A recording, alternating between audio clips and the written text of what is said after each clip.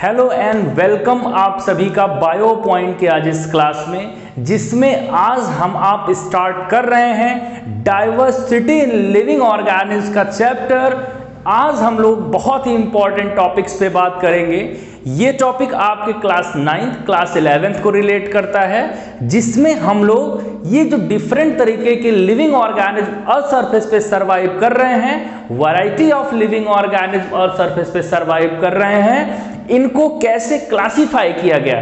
How we know each and every living organism by their name, by their characteristics, ऐसी कौन सी technique है। तो आज हम लोग उसी चैप्टर या उसी टॉपिक के बारे में खूब सारी बातें करेंगे। लेकिन इससे पहले हम, जैसा कि आपसे कहते हैं कि अगर आप युद्ध पर जाएं तो आपके तर्कस में सारे वो तीर होने चाहिए जिससे कि आप युद्ध का सामना, सामने वाले दुश्मन का सामना कर सकें।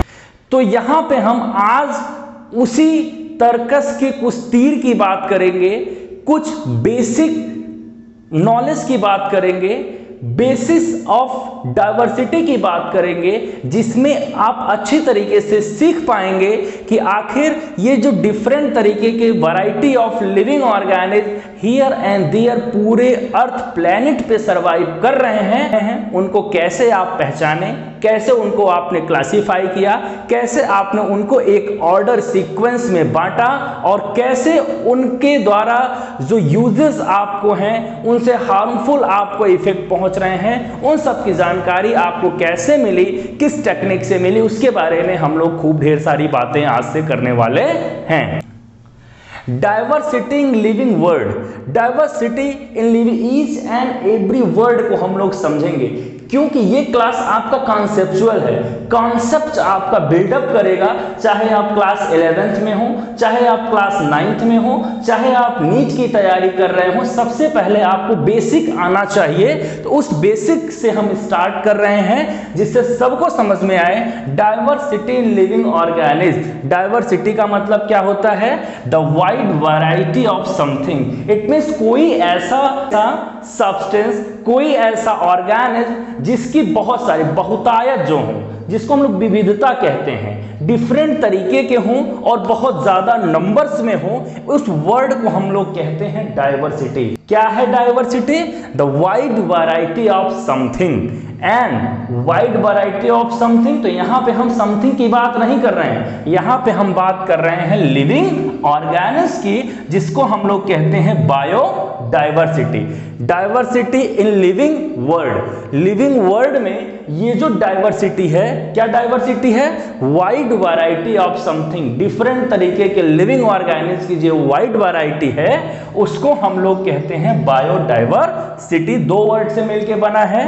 Bio it means living and diversity का मतलब होता है wide variety of living organism. Definition की अगर हम लोग बात करें तो डाइवर्सिटी और बायोलॉजिकल डाइवर्सिटी, क्योंकि अब हम लोग लिविंग ऑर्गेनिज्म की केवल बात करेंगे, हम लोग केवल लिविंग ऑर्गेनिज्म के बारे में चर्चा करेंगे आने वाले चैप्टर्स में, टॉपिक्स में, वीडियोस में। तो यहाँ पे बायोडाइवर्सिटी और बायोलॉजिकल डाइवर्सिटी मीन्स क्या है? इसका मतलब variety of living organism present on a particular region. It means किसी पर्टिकुलर रीजन पे अर्थ सरफेस पे वैरायटी ऑफ लिविंग ऑर्गेनिज्म का प्रेजेंट होना क्या कहलाता है?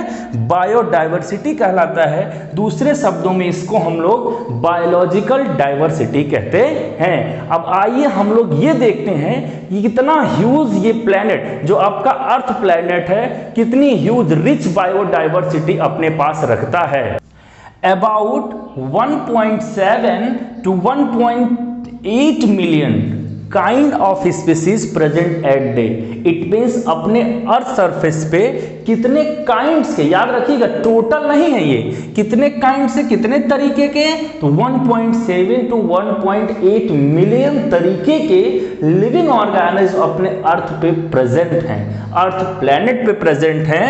And about 5 to 30 million species exist at present. It means उनमें से 5 to 30 अनुमान लगाया गया, ये अप्रॉक्स वैल्यू है कि 5 to 30 मिलियन स्पीसीज अभी अर्थ सरफेस पे एग्जिस्ट कर रहे हैं। एग्जिस्ट कर रहे हैं कहने का मतलब यहाँ पे लिविंग ऑर्गेनिज्म क्या होता है कि अपनी एक लाइफ साइकिल कंप्लीट करने के बाद क्या करते हैं, वो नेचुरल डेथ को अकर्स करते हैं या धीरे धीरे उनका इवोल्यूशन हो जाता है, ओल्ड वन से न्यू वन स्पीसीज में वो कन्वर्ट हो जाते हैं। इसलिए यहां पे बताया जा रहा है कि लगभग 1.7 से 1.8 काइंड के तरीके के अभी हैं एंड उनमें से 5 to 30 मिलियन स्पीसीज एग्जिस्ट कर रहे हैं। एक्यूरेट वैल्यू की अगर हम लोग बात करें तो अपने अर्थ प्लैनेट पे 8.7 मिलियन, कितना 8.7 million species at that time क्या है, प्रेजेंट हैं एनिमल्स के। अब हम लोग बात करें अगला, देखिए the living organism are the product of, किसके प्रोडक्ट हैं, ये प्रोडक्ट हैं कितने साल पहले, about 3.5 billion year ago. It means इतने साल पहले से अर्थ प्लैनेट पे जो लाइफ की प्रेजेंस है वो देखी गई। और आप जानते हैं कि लाइफ की प्रेजेंस कहाँ पे देखी गई, तो लाइफ की प्रेजेंस वाटर एनवायरनमेंट में देखी गई, इट मींस एक्वाटिक मीडियम में देखी गई। आज इसी बेसिक कॉन्सेप्ट को लेकर के हम आपके लिए लेकर के आए हैं। सारे कॉन्सेप्ट आपको क्लियर करेंगे कि जो एक्वाटिक हैं, जो टेरेस्ट्रियल हैं, या हैबिटाट कैसा है उनका, क्यों वो अलग अलग इन्वायरमेंट में रहने के लिए आदी हो गए और वो अलग अलग इन्वायरमेंट में रहने लगे तो उनको हम लोग क्या कहते हैं। बने रहिए हमारे साथ। तो यहाँ पे 8.7 million total and the living organism are product of about 3.5 billion year ago पहले ऑर्गेनिक इवोल्यूशन से बने हैं। ये जानना जरूरी है, ऑर्गेनिक इवोल्यूशन क्या है, आखिर हम आप हैं क्या, हम आप किस केमिकल से बने हैं, कैसे हमारी आपकी उत्पत्ति हुई। अगर इसके बारे में हम लोग बात करें तो यहाँ अर्थ पे बताया जाता है कि सबसे पहले यहाँ पे atoms, electron, proton, then molecule, then compound, इसी तरीके से तो जुड़ करके बन रहे हैं। और हम सेल वाले चैप्टर में बात कर ही चुके हैं, क्या होता है सबसे पहले कि cell is the basic unit of living organism. And cell किससे बना है, सेल बना है बायोमॉलिक्यूल से बना है। एंड उन बायोमॉलिक्यूल्स में अगर हम लोग बात करें तो आखिरकार क्या है, तो लिविंग मॉलिक्यूल्स। इट मींस ऐसे मॉलिक्यूल जो लिविंग सिस्टम को सपोर्ट करते हैं। और वो लिविंग सिस्टम को सपोर्ट करने वाले जो बायोमॉलिक्यूल्स हैं वो कैसे बने, तो वो बने ऑर्गेनिक एंड इनऑर्गेनिक मॉलिक्यूल से।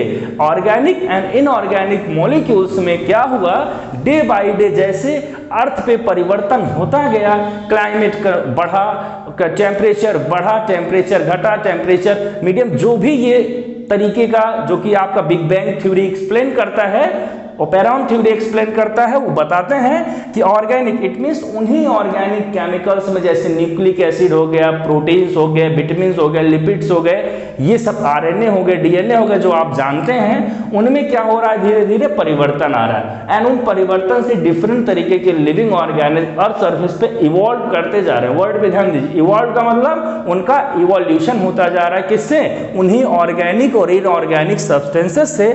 इसलिए इसको हम लोग कहते हैं organic evolution on the earth. It means inorganic substances से ऑर्गेनिक बने एंड उन ऑर्गेनिक सब्सटेंसेस से फिर क्या बने, लिविंग मॉलिक्यूल्स बने, लिविंग बायोमॉलिक्यूल्स बने एंड उन लिविंग बायोमॉलिक्यूल्स से फिर लिविंग ऑर्गेनिज्म बने।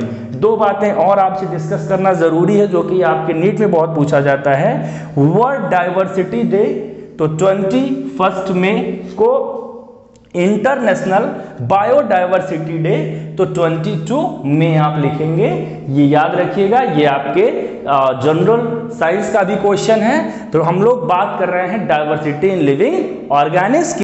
अब आप इस डिस्कशन से इतना तो समझ ही गए होंगे कि अपने अर्थ प्लैनेट पे मिलियंस ऑफ स्पीसीज हैं। Can it possible to know each and every living organism? I think no आपका आंसर होगा। तो इसके लिए एक तरीका निकाला गया, इस रिच बायोडाइवर्सिटी को देखते हुए वो तरीका क्लासिफिकेशन का बना, जिसके बारे में अभी हम लोग डिस्कस करने वाले हैं। आज हम लोग बेसिक कॉन्सेप्ट की केवल चर्चा करेंगे। बेसिक कॉन्सेप्ट आपको समझना बहुत जरूरी है, नहीं तो फिर आपको चैप्टर में कुछ बातें आप बस पढ़ेंगे, रटेंगे और एग्जाम देंगे, आपका होने वाला कुछ नहीं है। इसलिए बने रहिए हम लोगों के साथ। तो ये हुआ कि ऑर्गेनिक इवोल्यूशन से अर्थ पे लाइफ की प्रेजेंस हुई और लगभग इतने तरीके की 1.7 टू 1.8 मिलियन काइंड्स की स्पीसीज अर्थ सरफेस पे प्रेजेंट डे में सरवाइव कर रहे हैं।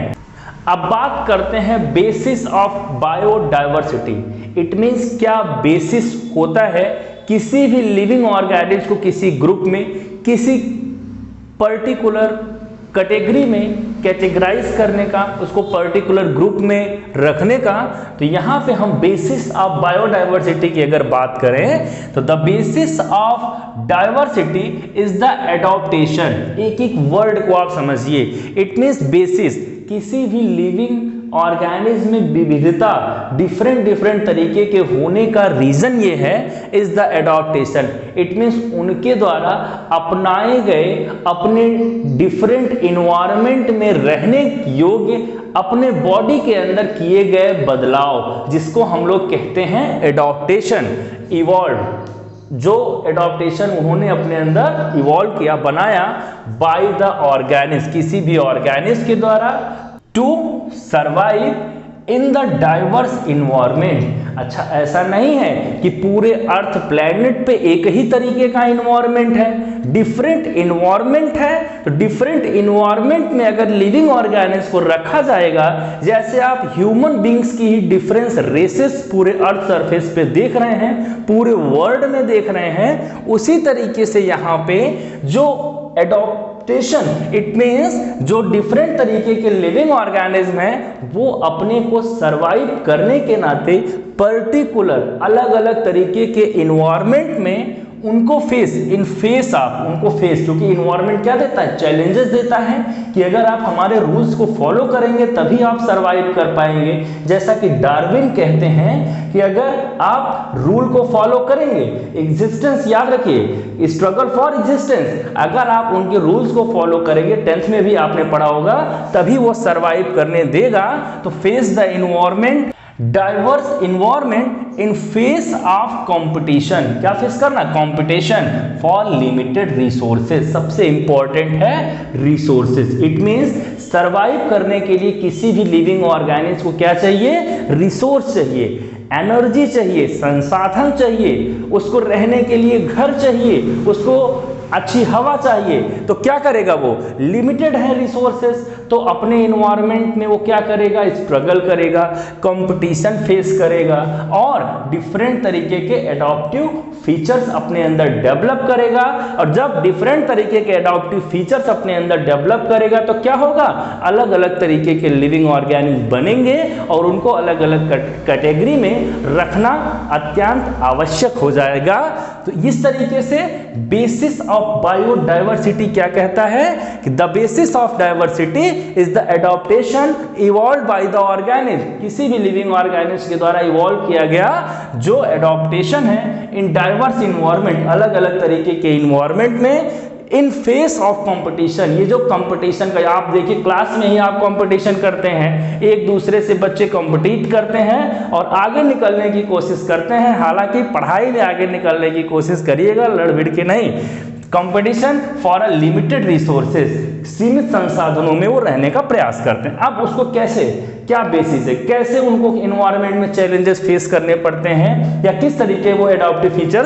तो अपीयरेंस, पहला उनके अंदर अपीयरेंस। अपीयरेंस में बात करेंगे हम लोग फॉर्म्स की, उनके साइज की, ठीक है।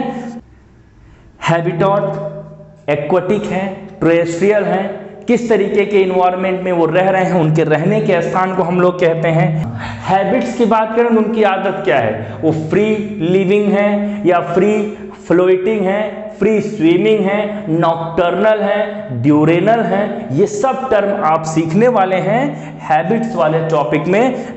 देन बात करें उनके बॉडी स्ट्रक्चर की, तो वो यूकैरियोटिक हैं या प्रोकैरियोटिक हैं। कुछ बातें आप जानते हैं लेकिन बहुत अच्छे से देखिए। कॉन्सेप्ट बिल्डअप मैं बार बार कह रहा हूं, bio point basic to advance आपको लेकर के चल रहा है, तो बेसिक समझना बहुत जरूरी। इसको ऐसा मत समझिए कि सर ने चैप्टर अभी स्टार्ट नहीं किया है। चैप्टर हम स्टार्ट करेंगे तो आपको तभी समझ में आएगा जब आप इन सब के बारे में बहुत अच्छे तरीके से सीखेंगे। देन फिजियोलॉजिकल प्रोसेसेस, जैसे उनका न्यूट्रिशन हो गया, रिस्पायरेशन हो गया, एक्सक्रीशन हो गया, कॉन्शियसनेस हो गया। इट मीन्स जो भी फिजियोलॉजिकल प्रोसेस वो शो करते हैं वो बेसिस बना अलग रखने का। इट मीन्स किसी भी लिविंग ऑर्गेनिज्म में विविधता देखने का ये जो पैमाना तय किया गया वो ये 5 बातें मुख्यतः होती हैं। अच्छे तरीके से क्लियर हुआ। बेसिस ऑफ बायोडायवर्सिटी में हम बात करेंगे अपीयरेंस की, हैबिटेट की, हैबिट्स की, स्ट्रक्चर की और फिजियोलॉजिकल प्रोसेसेस की। आइए एक एक करके इन सबको क्या करते हैं, समझते हैं।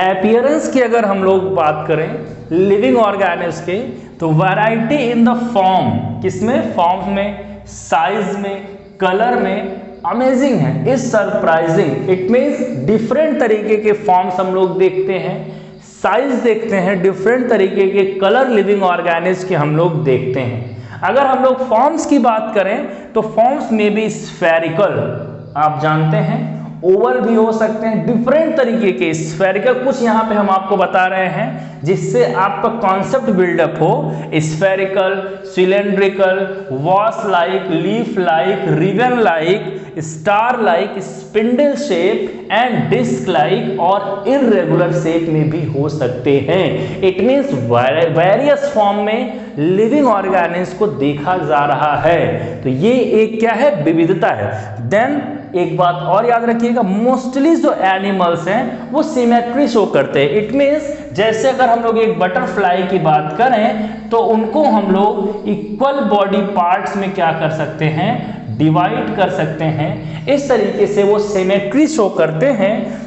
प्लांट भी शो करते हैं, ऐसा नहीं है, बट मोस्टली जो हायर प्लांट्स होते हैं they do not show symmetry, वो सिमेट्री शो नहीं करते हैं। इट मीन सिमेट्री क्या है, इक्वल बॉडी पार्ट्स को क्या करना, डिवाइड करना।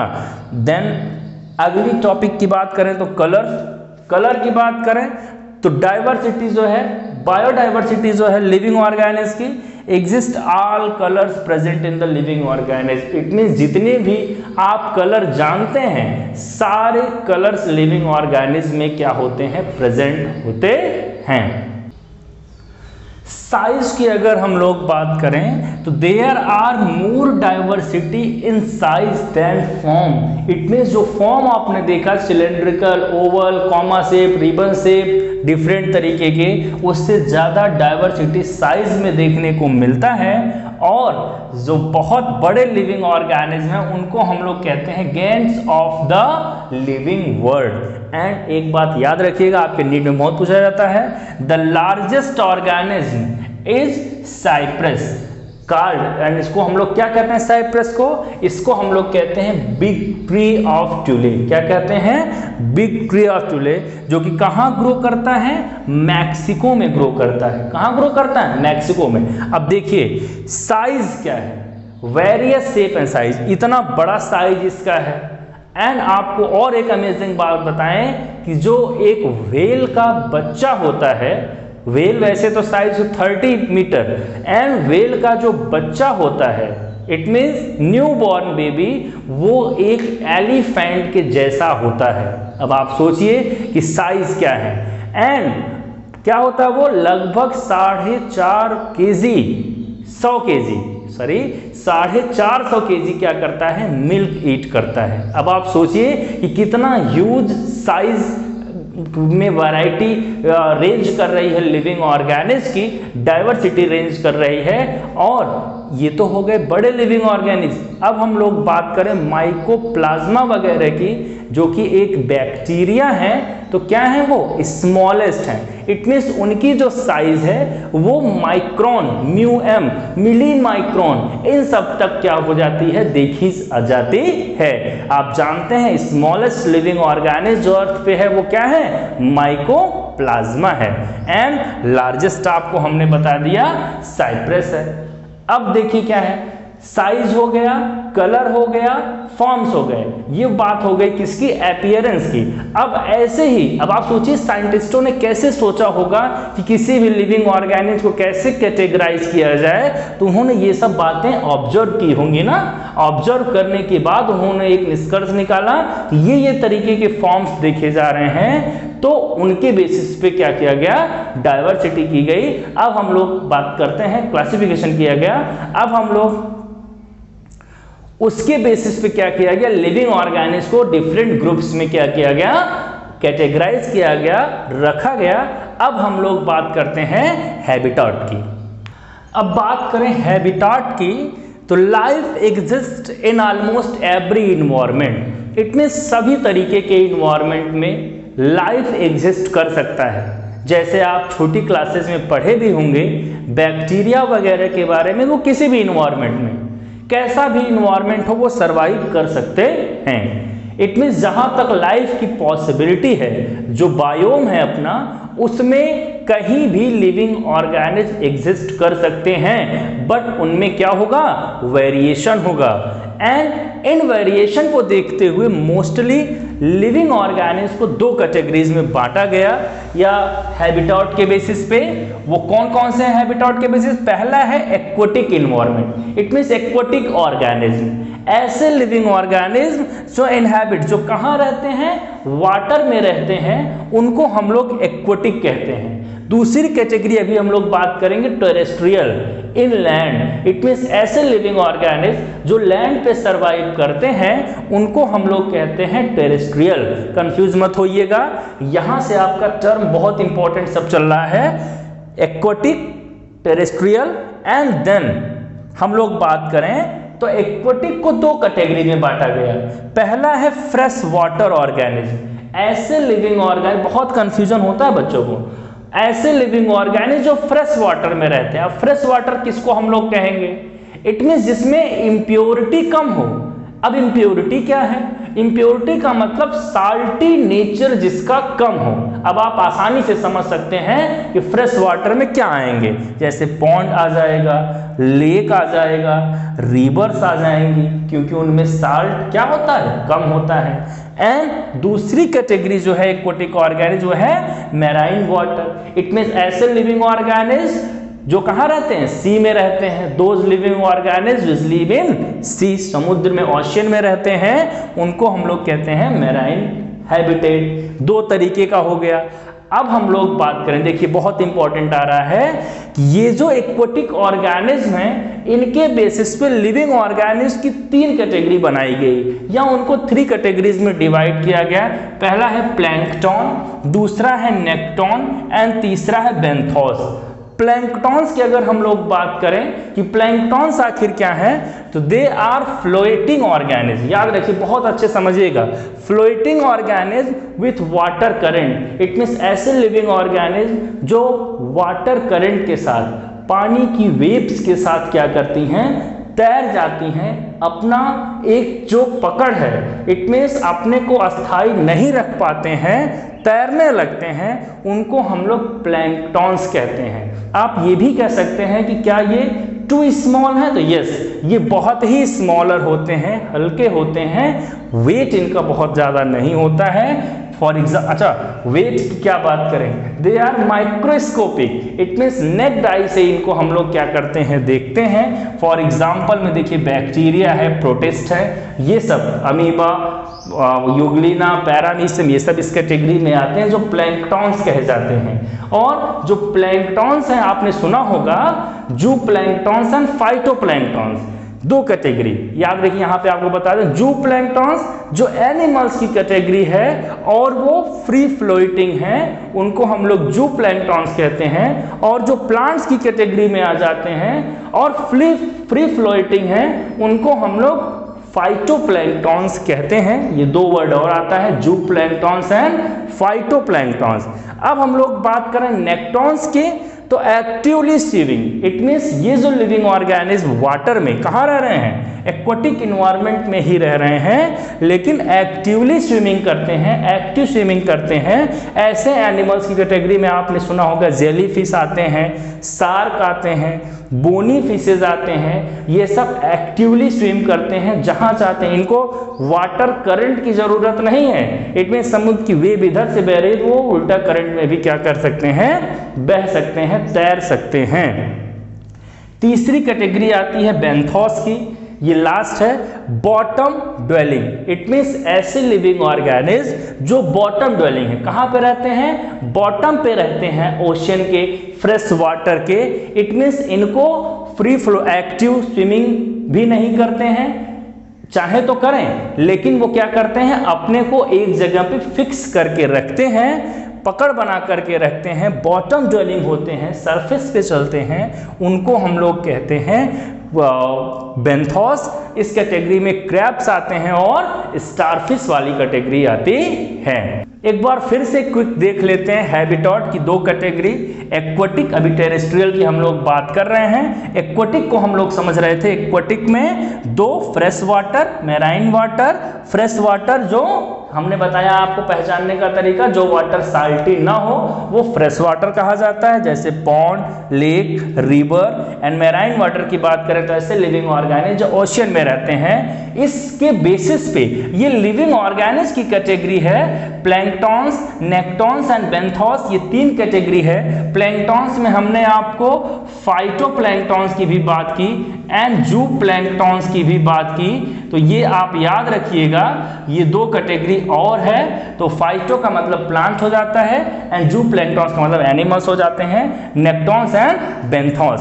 फ्री फ्लोटिंग, एक्टिवली स्विमिंग करने वाले एंड बॉटम ड्वेलिंग जो होते हैं, उनको हम लोग इस कैटेगरी के अकॉर्डिंग रखते हैं।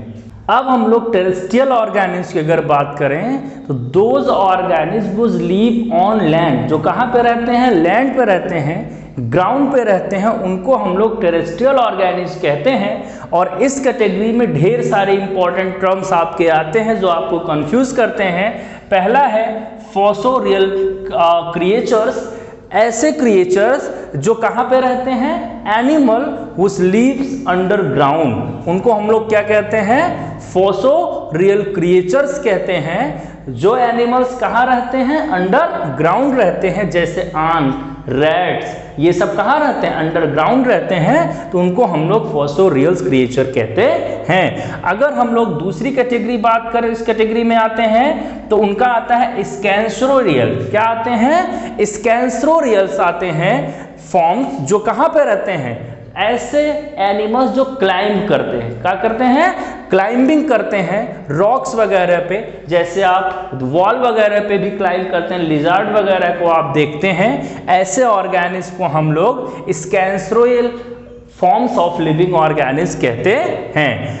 अगली कैटेगरी अगर हम लोग बात करें तो एर्बोरियल एनिमल्स आते हैं। आप जानते हैं ये बहुत पूछा जाता है एग्जाम्स में। एर्बोरियल ऑर्गेनिज्म ऐसे लिविंग ऑर्गेनिज्म जो कहाँ रहते हैं, ट्रीज पे रहते हैं। आप जानते हैं जैसे मंकी हो गया, स्क्वायरल्स हो गए, कुछ फ्रॉक्स वगैरह भी क्या करते हैं, ये ट्रीज वगैरह पे रहते हैं, जैसे हाइला वगैरह, तो उनको हम लोग एर्बोरियल एनिमल्स कहते हैं। अगली कैटेगरी की अगर हम लोग बात करें तो इसमें एरियल एंड वॉलेंट एनिमल्स आते हैं। ऐसे एनिमल्स जो फ्लाइंग करते हैं, इट मीन्स उड़ते हैं। आप जानते हैं इंसेक्ट हो गए, बटरफ्लाइज हो गए, मॉस्किटोज हो गए, ये क्या करते हैं, फ्लाइंग करते हैं, तो उनको हम लोग एरियल और वॉलेंट एनिमल्स कहते हैं। इंसेक्ट, बर्ड्स वगैरह ढेर सारे आप जानते हैं।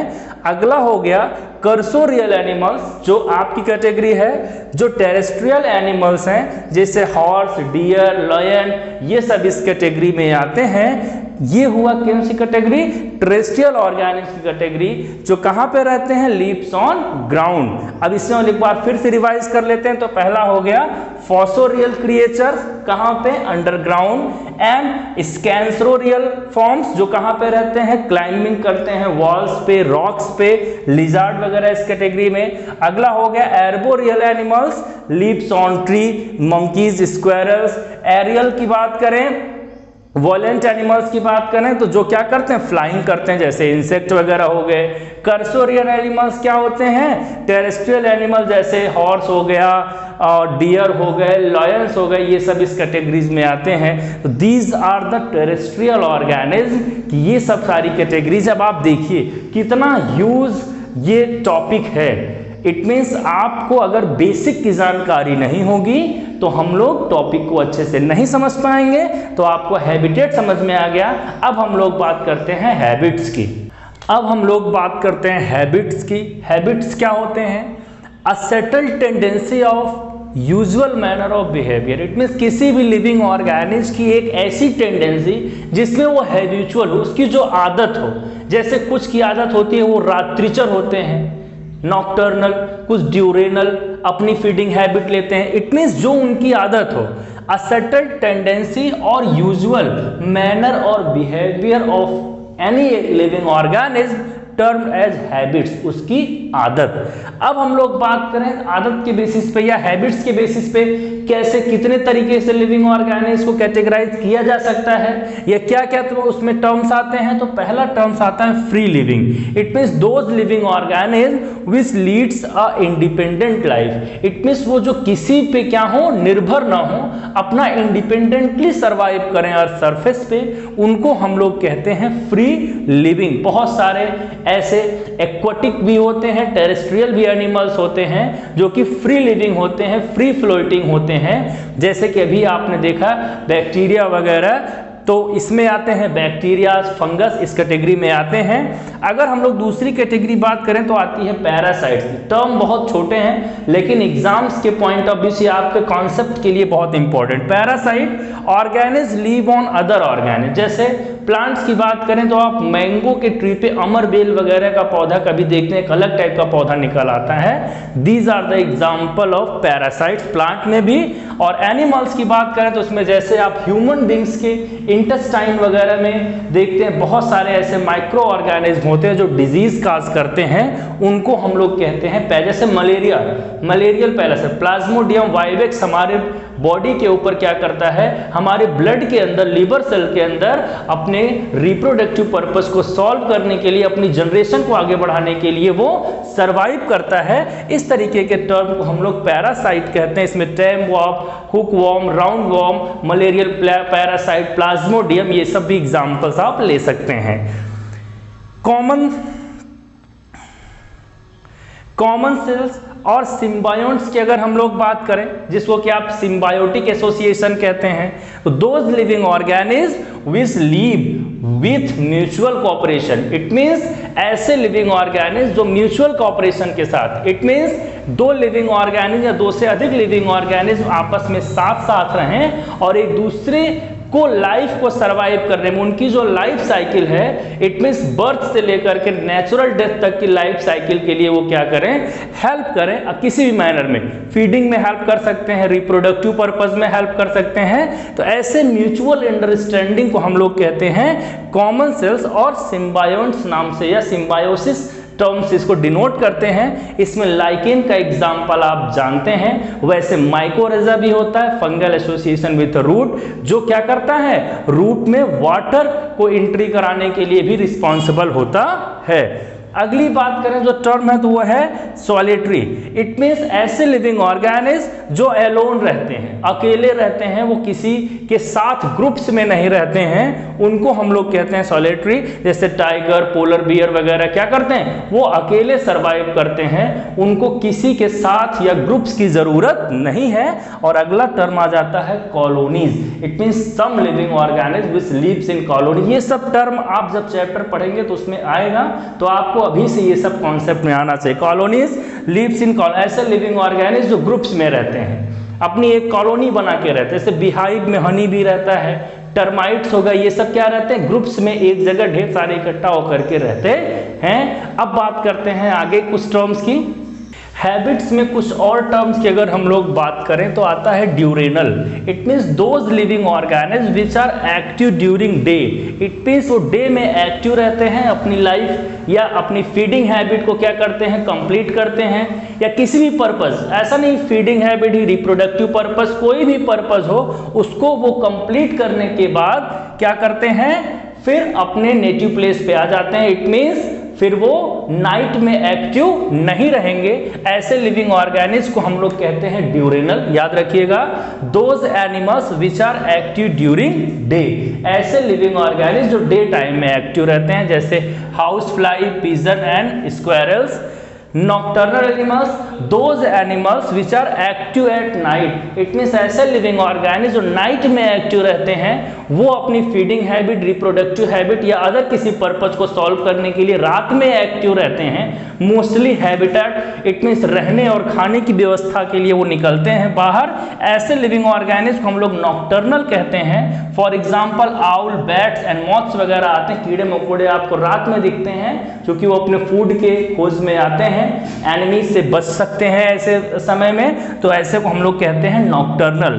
क्रिप्सिकुलर एनिमल्स की बात करें तो those animals which are active at dusk और डाउन। इट मीन्स शाम के समय जब सूर्य अस्त होता है, बहुत ज़्यादा गर्मी या सन अपनी लालिमा, इट मीन्स शाम जब अस्त होने लगता है सूर्य, तब जो लिविंग ऑर्गेनिज्म एक्टिव रहते हैं उनको हम लोग क्रिप्सिकुलर एनिमल्स कहते हैं। इस कैटेगरी में रैबिट्स वगैरह आते हैं, ये आप ध्यान रखिएगा। तो ये दोनों टर्म बहुत कंफ्यूज करते हैं। तीसरा ये टर्म आप याद रखिएगा, एग्जाम से वही टर्म पूछे जाते हैं जो आपको अधिकतर कंफ्यूज करते हैं, जो आपको नहीं आता है, तो इसलिए ये सब टर्म्स आपको याद रखना बहुत जरूरी है। अगला अगर हम लोग बात करें तो हाइबरनेशन। छोटी क्लासेस में आप लोगों ने पढ़ा होगा winter sleep. It means those living organism, जैसे भालू वगैरह क्या करते हैं, वो हनी को ईट करके, आपने मूवीज में भी देखा होगा, क्या करते हैं, फिर विंटर स्लीप में चले जाते हैं, एक्टिव नहीं रहते हैं, और जब ओवरकम हो जाता है विंटर का सीजन तब वो बाहर आते हैं और अपनी लाइफ साइकिल को फिर से आगे जीते हैं। ऐसे में एग्जाम्पल पोलर बियर और बैट्स वगैरह आते हैं। Hibernation, winter sleep. एस्टिवेशन, जिसको कि हम लोग समर स्लीप कहते हैं, इसमें क्रोकोडाइल्स आते हैं और टर्टराइज वगैरह आते हैं, और भी बहुत सारे सम एम्फीबियंस भी इसमें आते हैं। एस्टिवेशन, जिसको कि हम लोग summer sleep, it mean summer में वो एक्टिव नहीं रहेंगे, विंटर सीजन में अदर किसी सीजन में एक्टिव रहेंगे और फिर वो अपनी लाइफ को कंप्लीट करेंगे केवल समर स्लीप के बाद। फिर से एक बार रिवीजन कर लेते हैं। ड्यूरेनल, डे टाइम में एक्टिव रहने वाले एनिमल्स, नॉकटर्नल, नाइट में एक्टिव रहने वाले animals, then hibernation, winter sleep, then aestivation, summer sleep. Habits में कुछ और अगर टर्म्स की हम लोग बात करें तो अगला टर्म आता है प्लैंटिग्रेड। इट मीन्स दोज एनिमल्स, बहुत अच्छे समझिए आप, those animals walk on entire feet. It means वो पूरे फीट पे चलते हैं, पूरे पंजे की सहायता जैसे हम लोग चलते हैं, ऐसे एनिमल्स को हम लोग प्लैंटिग्रेड एनिमल्स कहते हैं। बियर एंड मैन इस कैटेगरी में आते हैं, और भी हो सकते हैं जिसको आप जानते हैं, डेफिनेशन समझ लीजिए। वॉक ऑन इंटायर फीट, पूरे फीट पे चलते हों तो उनको हम लोग प्लैंटिग्रेड एनिमल्स कहते हैं। डिजिटिग्रेड एनिमल वो एनिमल होते हैं जो डिजिट्स पे चलते हैं। आप ये ध्यान रखिएगा कि बायोलॉजी में फिंगर वगैरह का कोई टर्म नहीं है। इट मीन्स ये जो हमारी उंगलियां, इनको हम लोग डिजिट्स कहते हैं। क्या कहते हैं? डिजिट्स। इट मीन्स ऐसे एनिमल जो डिजिट्स की हेल्प से चलते हैं, जैसे डॉग हो गए, कैट हो गए, इसको हम लोग डिजिटिग्रेड एनिमल कहते हैं। टर्म आता है अनगुलिग्रेड एनिमल्स का, those animals which walk on tips digit. It means tips of digit से वो क्या करते हैं, जैसे हॉर्स वगैरह चलते हैं टिप टॉप करके, ऐसे एनिमल्स को हम लोग क्या कहते हैं? अनगुलिग्रेड एनिमल कहते हैं। इस कैटेगरी में हॉर्स, गोट, कैटल्स वगैरह आते हैं। ऑटोटॉमी की अगर हम लोग बात करें तो those animals which are break off body parts, अपने को एनिमी से बचाने के लिए अगर वो अपने लॉस्ट बॉडी पार्ट्स को लॉस्ट कर देते हैं, तो ऐसे ग्रुप ऑफ या ऐसे एनिमल्स को हम लोग ऑटोटॉमी कहते हैं। आप जानते हैं लिजार्ड वगैरह की टेल को अगर आप एनिमीज से बचने के लिए वो क्या करते हैं, उसको सेट ऑफ कर देते हैं एंड देन फिर वो ग्रो कर जाता है।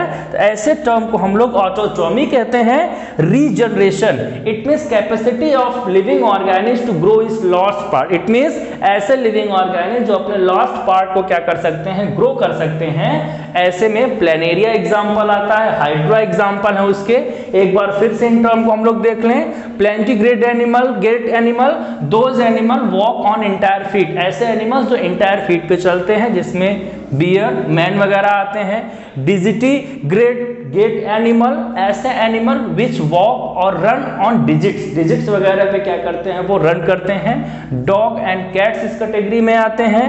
अंगली ग्रेट एनिमल की अगर हम लोग बात करें तो those animals which walk on tips of digits, उस पे चलते हैं, जैसे हॉर्स, गोट्स, कैटल्स वगैरह इस कैटेगरी में आते हैं। ऑटोटॉमी की बात करें तो those animals which break off its body part to protect them from enemies, अपने को एनिमीज से बचाने के लिए, इसमें लिजार्ड्स वगैरह आते हैं। रीजनरेशन की बात करें तो those animals which grow there lost body part, अपने लॉस्ट खोए हुए बॉडी पार्ट्स को फिर से ग्रो कर सकें। जैसे आप 10th में एग्जाम्पल प्लेनेरिया का पढ़े होंगे। प्लेनेरिया के अगर बॉडी पार्ट्स को कट करते हैं, हर एक पार्ट अपने बॉडी पार्ट्स को क्या कर सकता है, खोए हुए पार्ट्स को ग्रो कर सकता है। तो ये सब टर्म्स आपके, अब देखिए हैबिट्स के ये सब टर्म्स हैं। आपके बायोलॉजी में ढेर सारे टर्म्स हैं, इसीलिए मैं बात कर रहा हूँ कि अगर इस चैप्टर में हम लोग बेसिक कॉन्सेप्ट को नहीं पढ़ेंगे तो आपको आगे टर्म्स आने वाले नहीं है, या आगे जो एक्सप्लेनेशन होगा वो नहीं समझ में आएगा। अब हम लोग बात करते हैं अगले टर्म की। अब हम लोग अगर स्ट्रक्चर की बात करें, जो कि अगला बेसिस है लिविंग ऑर्गेनिज्म की डाइवर्सिटी का, तो उसमें जो टर्म्स आते हैं वो eukaryotes. It means those living organism which are made up of well developed nucleus. It means those living organism which have developed nucleus. It means जानते हैं मेजॉरिटी में जो लिविंग ऑर्गेनिज्म होते हैं उनके पास न्यूक्लियस क्या होता है, वेल डेवलप्ड होता है। और डेवलप्ड होने के नाते उनकी जो सर्वाइविंग कैपेसिटी होती है वो भी थोड़ा ज़्यादा होती है, वो ज़्यादा एक्टिव होते हैं इन कंपैरिजन टू अदर। दूसरी कैटेगरी की बात करें, आपने इसको यूकैरियोटिक सेल का टाइप है, प्रोकैरियोटिक दूसरा, pro means primitive, karyon means nucleus. Those living organism which have primitive nucleus, जिनके पास न्यूक्लियस क्या है, प्रिमिटिव है, जैसे बैक्टीरियाज वगैरह हो गए। ऐसे लिविंग ऑर्गेनिज्म को हम लोग क्या कहते हैं, प्रोकैरियोट्स की कैटेगरी में रहते हैं। तो ऐसा भी स्ट्रक्चर देखने को मिलता है, eukaryotic structure and prokaryotic structure. अगर हम लोग बात करें अगले टर्म की, unicellular, it means those living organism which are made up of single cell, they are known as unicellular, and those are made up of more than one cell, these are known as multicellular living organism, जो एक से ज्यादा, जैसे हम अब bacteria, amoeba, paramecium, ये सब क्या है, सिंगल सेल्ड हैं। सिंगल सेल का मतलब ये नहीं है प्रोकैरियोट। अगर हम लोग प्रोकैरियोट्स की एग्जांपल में बात करें, इसमें बैक्टीरियाज वगैरह आते हैं, और यूकैरियोट्स की बात करें तो इसमें पैरामीशियम, अमीबा, यूग्लिना ये सब आते हैं। आपको इसमें कंफ्यूजन बहुत ज्यादा होता है। तो ये सब टर्म स्ट्रक्चर, कौन कौन सा structure, eukaryotic structure, prokaryotic structure and unicellular and multicellular structure हम लोगों को बायो डाइवर्सिटी का जब हम लोग स्टडी करेंगे तो देखने को मिलता है। और आपको पता है कि जो स्ट्रक्चर किसी भी लिविंग ऑर्गेनिज्म का होता है वो किससे मिलकर के बने होते हैं, सेल से मिलकर के बने होते हैं। सेल से टिश्यू, टिश्यू से ऑर्गन, ऑर्गन से ऑर्गन सिस्टम बना होता है। तो these are the group of living, organ system से पूरा लिविंग ऑर्गेनिज्म बना होता है। तो कुछ का जो ऑर्गेनाइजेशन है वो सेलुलर ग्रेड तक ही रह जाता है, कुछ टिश्यू ग्रेड तक रहते हैं, कुछ ऑर्गन ग्रेड तक रहते हैं, और कुछ ऑर्गन सिस्टम ग्रेड तक रहते हैं। जो ऑर्गन सिस्टम, जैसे हम लोग ऑर्गन सिस्टम ग्रेड में, जो ऑर्गन सिस्टम ग्रेड में रहते हैं वो ज़्यादा एनर्जी उनको चाहिए, सर्वाइविंग के लिए ज़्यादा उनकी कैपेसिटी रहती है। And these are the terms which decide structure. अब लास्ट बेसिस की बात करें फिजियोलॉजिकल प्रोसेस का, इट मीन्स फिजियोलॉजी क्या होता है, the scientific study of how things function. It means how the living organism function. It means living organism के अंदर how the chemical balance, pH balance वो अपनी फिजिकल एंड मेंटल, सोशल या chemical behaviour को कैसे मेंटेन रखते हैं, ये सारे फंक्शन को ओवरऑल जो समराइज करता है टर्म वो होता है physiology. It means the scientific study of how the living things function, कैसे वो फंक्शन करते हैं, how they maintain the physical and chemical process, और वो अपने फिजिकल और केमिकल प्रोसेस को कैसे मेंटेन करते हैं. ये जिस तरीके से इस प्रोसेसेस को मेंटेन करते हैं उसी को हम लोग क्या कहते हैं, फिजियोलॉजी कहते हैं. बहुत ही इंपॉर्टेंट टर्म. इसके बेसिस पे लिविंग ऑर्गेनिज्म को कई सारे कैटेगरीज को देखा गया. इसमें क्या देखा गया, सबसे पहले न्यूट्रिशन को देखा गया, मोड ऑफ न्यूट्रिशन. अभी हम लोग एक एक करके इसकी बात करेंगे. बाय रिस्पायरेशन वो अपनी फिजियोलॉजी मेंटेन करते हैं, by excretion, by reproduction and by response to stimuli. It means external environment के अगेंस्ट क्या करते हैं, रिस्पॉन्स करते हैं. इन सब टर्म के द्वारा वो अपनी फिजियोलॉजिकल प्रोसेस को क्या करते हैं, मेंटेन रखते हैं. यहां पे हम लोग बायोडायवर्सिटी को समझ रहे हैं. अब हम लोग देखते हैं कि न्यूट्रिशन के बेसिस पे कैसे और कितने तरीके से लिविंग ऑर्गेनिज्म को डिवाइड किया गया, रिस्पायरेशन के बेसिस पे कैसे डिवाइड किया गया, एक्सक्रीशन के बेसिस पे कैसे डिवाइड किया गया, एंड रिप्रोडक्शन के बेसिस पे कैसे उनको कैटेगराइज किया गया, and response to external stimulus के अगेंस्ट कैसे उनको डिफरेंशिएट किया गया. फिजियोलॉजिकल प्रोसेस में अगर हम लोग न्यूट्रिशन के बेसिस पे लिविंग ऑर्गेनिज्म के डाइवर्सिटी की बात करें तो उनको 3 कैटेगरी में डिवाइड किया गया, autotrophs, heterotrophs and मिक्सोट्रॉप.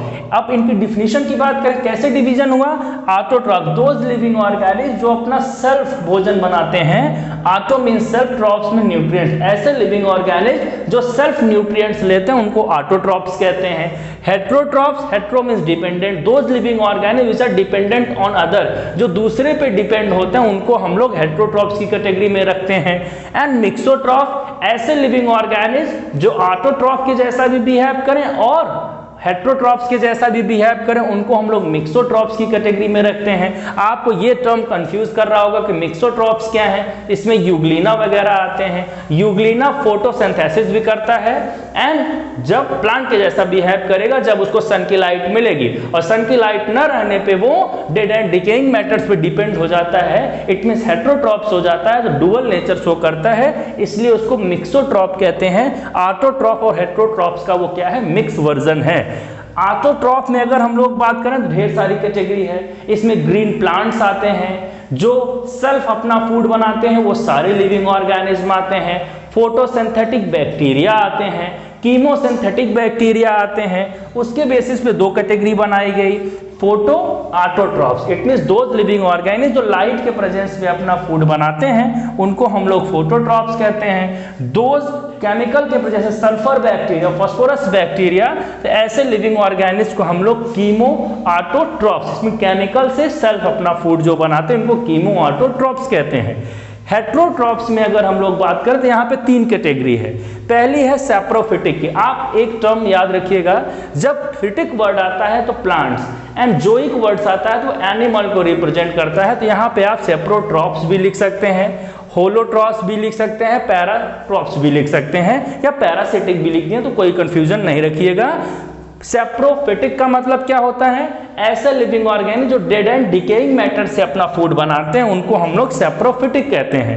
होलोफिटिक, it means ऐसे लिविंग ऑर्गेनिज्म जो पार्टिकल्स को इनगल्फ करते हैं, इट मींस इंटेक करते हैं डायरेक्टली, उनको हम लोग होलोफिटिक कहते हैं. जिसमें आप लोग हैं, हम लोग हैं, अमीबा है, इसमें डेड एंड डिकेइंग मैटर से बैक्टीरिया आते हैं, फंगस आते हैं, ये सब आते हैं जो अपना food dead and decaying matter से लेते हैं. पैरासिटिक की बात करें तो अभी हम लोगों ने बात की tapeworm, hook warm, round warm, even plasmodium vivax, ये सब क्या है, पैरासिटिक नेचर के होते हैं. इट मींस होस्ट पे रह करके उससे अपना फूड डिराइव करते हैं. ऐसे मोड ऑफ न्यूट्रिशन को हम लोग पैरासिटिक मोड ऑफ न्यूट्रिशन कहते हैं. अगर हम लोग बात करें तो यहाँ पे हेटेरोट्रॉप्स के बेसिस पे 3 कैटेगरी और लिविंग ऑर्गेनिज्म को बनाई गई. जब हम लोग ट्रॉपिक लेवल्स पढ़ेंगे, इकोसिस्टम पढ़ेंगे तो उसमें ये टर्म बहुत आता है, herbivores, carnivores and omnivores. Those living organism जो प्लांट्स पे डिपेंड हैं उनको हम लोग हर्बीवोर्स एनिमल्स कहते हैं. जो फ्लैश ईटिंग मीट ईट करते हैं उनको हम लोग कार्निवोर्स की कैटेगरीज में रखते हैं, आप जानते हैं। एंड जो दोनों का mix version, it means herbivore, plant को भी ईट करते हैं और मीट को भी ईट करते हैं, फ्लैश भी ईट करते हैं, उनको हम लोग ओमनीवोर्स की कैटेगरी में रखते हैं। अब देखिए यहाँ पे मोड ऑफ न्यूट्रिशन के बेसिस पे लिविंग, कितनी सारी डाइवर्सिटी लिविंग ये बनाया गया है। ये जो कैरेक्टरिस्टिक्स हैं इनका क्यों चुनाव करना पड़ा, क्योंकि डिफरेंट तरीके की कैटेगरी लिविंग ऑर्गेनिज्म के अंदर कैरेक्टरिस्टिक्स को क्या किया गया, देखा गया, इसके बेसिस पे ये सारे डिवीजन बने। रिस्पायरेशन की अगर हम लोग बात करें तो रिस्पायरेशन का, यहाँ हम लोग रिस्पायरेशन का मैकेनिज्म नहीं पढ़ रहे हैं, डाइवर्सिटी पढ़ रहे हैं। तो रिस्पायरेशन के बेसिस का मतलब क्या है, source of intake of oxygen, it means living organism oxygen का इनटेक कैसे करते हैं। तो यहाँ पे देखिए may be obtain from water और एयर, किससे ले सकते हैं, वाटर एंड एयर से। एंड वाटर एंड एयर से लेंगे तो उनके अंदर डिफरेंट क्या होगा, एडॉप्टिव फीचर होगा। डेफिनेशन याद करिए, बायोडाइवर्सिटी की डेफिनेशन में हम लोगों ने यही बात की थी कि डिफरेंट तरीके के हैबिटेट या ऑब्टेनिंग फीचर्स, एडॉप्टिव फीचर्स अपने अंदर वो क्या करते हैं, डेवलप करते हैं। मे be taken through body surface और लंग्स और ट्रैकिया, तो डिफरेंट तरीके के बॉडी सरफेस, अच्छा इनके बेसिस पे कैटेगराइज किया गया लिविंग ऑर्गेनिज्म को। And may be taken by stomata, जैसे प्लांट्स वगैरह लेते हैं, इट मींस स्टोमेटा के द्वारा लेंगे। These are the mode of respiration, इसके बेसिस पे भी लिविंग ऑर्गेनिज्म को क्या किया गया, डिफरेंशिएट किया गया। एक और कैटेगरी आप सुनिए, दो तरीके के रिस्पायरेशन को हम लोग पढ़ते हैं ना, एक पढ़ते हैं एरोबिक, एक पढ़ते हैं एनएरोबिक। बहुत सारे ऐसे लिविंग ऑर्गेनिज्म होते हैं जो ऑक्सीजन के एब्सेंस में भी अपनी रिस्पायरेशन या एनर्जी की प्रोसेस को पूरी कर लेते हैं, एनर्जी की रिक्वायरमेंट को, तो एनएरोबिक लिविंग ऑर्गेनिज्म बोले जाते हैं। जो ऑक्सीजन, जैसे हम लोग एरोबिक हैं, ऑक्सीजन के प्रेजेंस में ले रहे हैं। मेरा इस टॉपिक को, इस चैप्टर को या इस वीडियो को बनाने का मतलब यह है कि आपके माइंड में एक कॉन्सेप्ट मैप सेट हो जाए डाइवर्सिटी को लेकर के, डिफरेंट टर्म्स जो छोटे छोटे हैं वो आपको क्लियर हो जाए। आशा करते हैं समझ में आ रहा होगा। अब आगे बात करते हैं एक्सक्रीशन की। अब एक्सक्रीशन की अगर हम लोग बात करें तो एलिमिनेटिंग वेस्ट, इट मींस उनके अंदर कौन सा एडॉप्टिव फीचर डेवलप होगा, कैसे, किस तरीके से वो अपने वेस्ट प्रोडक्ट को बॉडी से एलिमिनेट करते हैं। आपको बहुत इंपॉर्टेंट बात बता रहा हूं, आपको नहीं पता होगा कि प्लांट्स वगैरह अपने क्या करते हैं, वेस्ट मटेरियल को कैसे एलिमिनेट करते हैं, तो by shedding of leaves and barks. आप देखते हैं ना, पतझड़ का मौसम आता है ना, या पौधे से पत्तियां गिरती हैं ना, तो वो क्यों गिरती हैं, क्योंकि वो अपने जो वेस्ट मटेरियल है उसको उसमें कलेक्ट करते हैं और वो शेड ऑफ कर देते हैं एंड यूजफुल मटेरियल को वापस प्लांट में भेज देते हैं। एंड वैरायटी ऑफ ऑर्गन, जैसे ह्यूमन बींग्स वगैरह में बात करें तो यूरेथ्रा वगैरह है, उसके द्वारा डिफरेंट तरीके की ग्लैंड्स है, स्वेट ग्लैंड्स हैं, फ्रॉग वगैरह में, एम्फीबियंस में ग्लैंड्स होते हैं उनकी बॉडी पे, उसके द्वारा वो अपने वेस्ट प्रोडक्ट को क्या करते हैं, एलिमिनेट करते हैं। बायोडाइवर्सिटी के आप देखिए, ये डिफरेंट तरीके के एडॉप्टिव फीचर्स क्यों डेवलप हुए, क्योंकि वो डिफरेंट तरीके के एडॉप्टिव इन्वायरमेंट में रहे। डिफरेंट तरीके के इन्वायरमेंट में रहने के नाते उनके अंदर डिफरेंट तरीके के एडॉप्टिव फीचर्स डेवलप हुए, और डिफरेंट तरीके के एडॉप्टिव फीचर्स अगर उनमें डेवलप हुए तो उनको अलग अलग कैटेगरी में रखना बहुत ही जरूरी है, तभी आप उनको जान सकते हैं। अगला टर्म की बात करें तो रिप्रोडक्शन, फिर से उनका क्या होना आप जानते हैं, फिर से बनना, इट मींस ओरिजिन होना, फिर से डेवलप कर जाना। तो रिप्रोडक्शन में हम लोग बात करें तो मेनली दो mode, asexual and sexual mode आते हैं। एसेक्सुअल मोड ऑफ रिप्रोडक्शन की बात करें तो इसमें वेल डेवलप्ड रिप्रोडक्टिव ऑर्गन्स वगैरह नहीं होते हैं। तो यहाँ पे वो कौन सा तरीका अपनाते हैं, इसमें कैटेगरी डिवाइड की गई, फिजन की, स्पोर फॉर्मेशन की, वेजिटेटिव प्रोपेगेशन की, बडिंग की। प्लांट्स मोस्टली वेजिटेटिव प्रोपेगेशन करते हैं, इट मींस रिप्रोडक्टिव पार्ट को छोड़ करके बाकी किसी पार्ट से ग्रो कर जाते हैं, तो वो तरीका हुआ कौन सा, एसेक्सुअल मोड ऑफ रिप्रोडक्शन। अब इसके बेसिस पे लिविंग ऑर्गेनिज्म को क्या किया गया, डिवाइड किया गया। सेक्सुअल मोड ऑफ रिप्रोडक्शन की बात करें तो have well developed reproductive structure, it means those living organism जिनके पास वेल डेवलप्ड रिप्रोडक्टिव स्ट्रक्चर होता है उनको हम लोग सेक्सुअल मोड ऑफ रिप्रोडक्शन की कैटेगरीज में रखते हैं। अब इसमें कौन कौन से आते हैं, तो ह्यूमन बींग्स भी आते हैं, हायर प्लांट्स भी आते हैं, जो फ्लावरिंग प्लांट्स हैं, जो एंजियोस्पर्म्स कहे जाते हैं, तो अब आप क्या समझिए कि डिफरेंट तरीके के एडाप्टिव फीचर्स होने के नाते उनके अंदर डिफरेंट तरीके के ऑर्गन्स डेवलप हुए, डिफरेंट तरीके के फीचर्स डेवलप हुए, जिसके नाते उनका इवोल्यूशन हो रहा है और वो अलग अलग तरीके के इन्वायरमेंट में रह रहे हैं। और आपको पता है अलग अलग इन्वायरमेंट में रहने के नाते उनमें डाइवर्सिटी आ रही, विविधता आ रही है। अब उस डाइवर्सिटी को स्टडी करना क्यों जरूरी है आप समझ गए होंगे। अगर हम लोग external response to external stimulus की बात करें तो एक्सटर्नल स्टिमुलस की वजह से जैसे प्लांट्स वगैरह क्या है, क्विक रिस्पांस नहीं शो करते। कुछ प्लांट्स हैं लेकिन ज्यादातर प्लांट्स क्विक रिस्पांस नहीं शो करते हैं। ह्यूमन बींग्स क्या हैं, वो क्विक रिस्पांस शो करते हैं। इट मींस जो एक्सटर्नल इन्वायरमेंट है, जो एक्सटर्नल फीचर्स हैं, जो कि जैसे सनलाइट हो गया, ह्यूमिडिटी हो गया, रेनफॉल हो गया, इसके अगेंस्ट वो कैसा अपना रिस्पांस शो करते हैं, इसके बेसिस पे भी उनके अंदर क्या होते हैं, बदलाव आते हैं, एडाप्टिव फीचर्स डेवलप होते हैं। जैसे पहाड़ों पे रहने वाले लोग हाइट में छोटे होते हैं, कंधे और गले के बीच में दूरी कम होती है, ये सब फीचर्स डेवलप होते हैं उनके अंदर, adaptive feature due to the different environment के नाते।